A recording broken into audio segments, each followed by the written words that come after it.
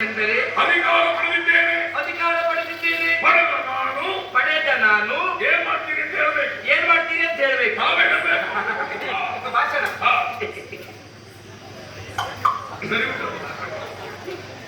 ಆತ್ಮೀಯ ಈ ಭಾಗದ ಮಹಾಜನ ಬಂಧುಗಳೇ, ಸಮಯವಿರುವಂತಹ ಸಭೆಗಳೇ, ವೇದಿಕೆಯಲ್ಲಿರುವಂತಹ ಗಣ್ಯಗಳೇ, ಇವತ್ತಿನ ದಿವಸ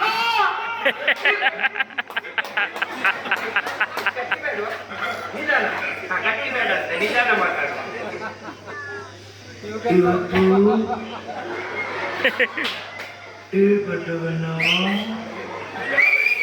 ದೇವೇಗೌಡರು ಸ್ವೀಕರಿಸಿದಂತೆ ನಾನು ಸಭೆಯಲ್ಲಿರುವ ಎಲ್ಲ ರಾಜ್ಯದ ಪ್ರಜೆಗಳಿಗೆ ಹೇಳುತ್ತೇನೆಂದರೆ, ಈ ಶೈಲಿಯು ಬೇಡ.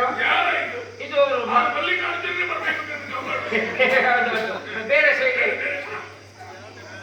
ಶಿವ ಶಿವ, ಚಿಕ್ಕ ದೇವರಾಯರಿಗೆ ಇವತ್ತು ಪಟ್ಟ ಆಗಬೇಕಿತ್ತು. ಪಟ್ಟವನ್ನು ನಾನು ಏರಬೇಕಿತ್ತು. ಈ ಭಾಗದ ಮಹಾಜನಗಳಿಗೆ ವಿಜ್ಞಾಪಿಸುವುದು ಏನೆಂದರೆ, ಇನ್ನು ಮುಂದಕ್ಕೆ ನನ್ನ ಆಡಳಿತ ಹೀಗೆ ಉಂಟೆ ಎನ್ನುವಾಗ ತೋರುವಾಗ ಮಾಡ್ತೀವಿ. ಮಾಧ್ಯಮ ಇದು ನನ್ನದೇ ಒಂದು ಶೈಲಿ. ಹೌದೌದು. ನಾನೀಗ ರಾಜಕುಮಾರ್. ಎಲ್ಲ ಅಭಿಮಾನಿ ದೇವತೆಗಳಿಗೆ ಇವತ್ತಿನ ದಿವಸ ಪಶ್ಚಿಮದಂತಹ ನಿಮ್ಮ ರಾಜಕುಮಾರ ಹೇಳುವುದೇನಿಗೆ ತುಂಬಾ ತುಂಬಾ ಬಹಳ ಸಂತೋಷ ಆಯ್ತು, ಬಹಳ ಸಂತೋಷ ಆಯ್ತು.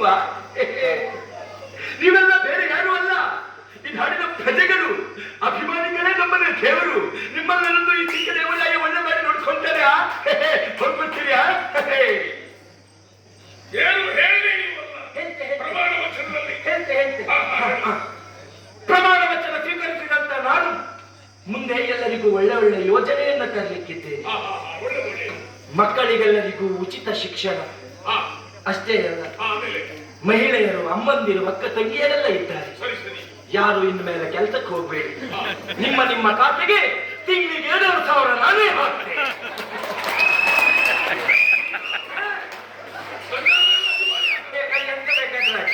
ಅಷ್ಟೇ ಅಲ್ಲ, ಮಹಿಳೆಯರಿಗೆ ಎಲ್ಲಿಂದ ಹೋಗಬೇಕಾದ್ರೂ ಉಚಿತ ಪ್ರಯಾಣ. ಹಣ ಕೊಟ್ಟವ ನೇತಾಡ್ಕೊಂಡು ಹೋಗುವುದು, ಧರ್ಮಕ್ಕೆ ಹೋಗುವ ನೀವು ಕೂತ್ಕೊಂಡು ಹೋಗುವುದು. ಹಾಗಾಗಿ ಇವತ್ತು ನಾ ಪಟ್ಟವನ್ನು ಹೇಳಿದ್ದೇನೆ. ಈ ಸಂದರ್ಭದಲ್ಲಿ ನಾ ಕೈಗೊಳ್ಳುವಂತಹ ಒಂದು ನಿರ್ಧಾರ ಏನು ಗೊತ್ತುಂಟ? ಇಲ್ಲಿ ನಾಟ್ಯ ಮಾಡಿದಂತಹ ಪ್ರಮಾಣ ವಚನ ನಾಟ್ಯ ಸುದ್ದಿಗಳ ಪ್ರಮಾಣ ವಚನ ಏನಂತೇಳಿ ಊರಿನಲ್ಲಿ ನಾಟ್ಯ ಶಾಲೆ ಆಗಬೇಕು. ಮಕ್ಕಳೆಲ್ಲರೂ ನಾಟ್ಯವನ್ನ ಕಲಿಬೇಕು, ನಾಟ್ಯ ಮಾಡಬೇಕು. ಆಯ್ತಲ್ಲ? ಅಷ್ಟೇ ಅಲ್ಲ, ಇಲ್ಲಿ ನಾಟ್ಯ ಮಾಡಿದಂತಹ ರಂಗನಾಯಕಿಯನ್ನೇ ಮದುವೆ ಆಗ್ತೇನೆ.